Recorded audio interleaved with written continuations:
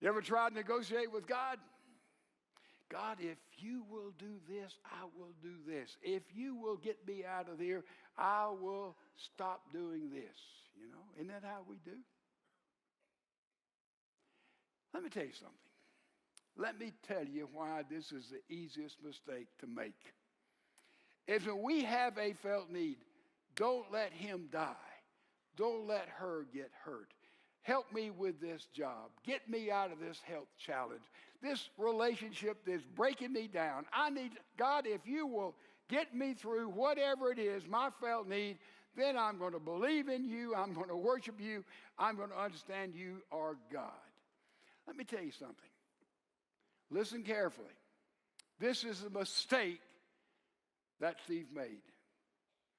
His mistake was that he thought he knew more than God knew. He thought he had more wisdom than God has. And we do the same thing. People say, I want you to pray for my mother, but don't pray for God's will to be done. Pray for her to be healed. Let me ask you something.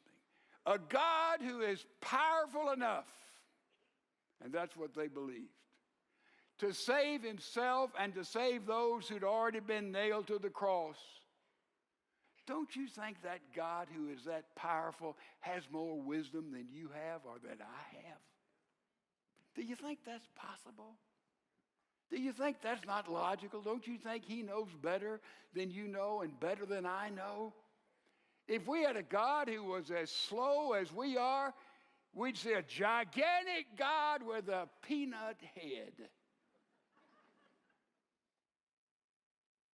A God they believed could bring them down from the cross, could save himself from the cross, would be a God who would have more wisdom and knowledge than they would have. That's the mistake we make. God, I know what is best. Surely you know what this is best. The baby can't die. This prophecy, I mean, we think we know what is best. Let me tell you, they didn't know what was going on that hill. Notice all of those there on Calvary, they were saying the same thing. Save yourself. 3 times. Save yourself. If you're God, save yourself. Prove that you're God. And if Jesus had come down from the cross, saved the 2 thieves, they would all say, this is the Son of God. That's man's wisdom. But let me tell you a true statement that was spoken from the cross by the religious leader. Did you get what they said? They said, he, Jesus, saved others. Now he is on the cross. He can't save himself. Did you know they were exactly right? They were exactly right. Now, he could have called 10,000 angels and physically been saved and brought down for the cross.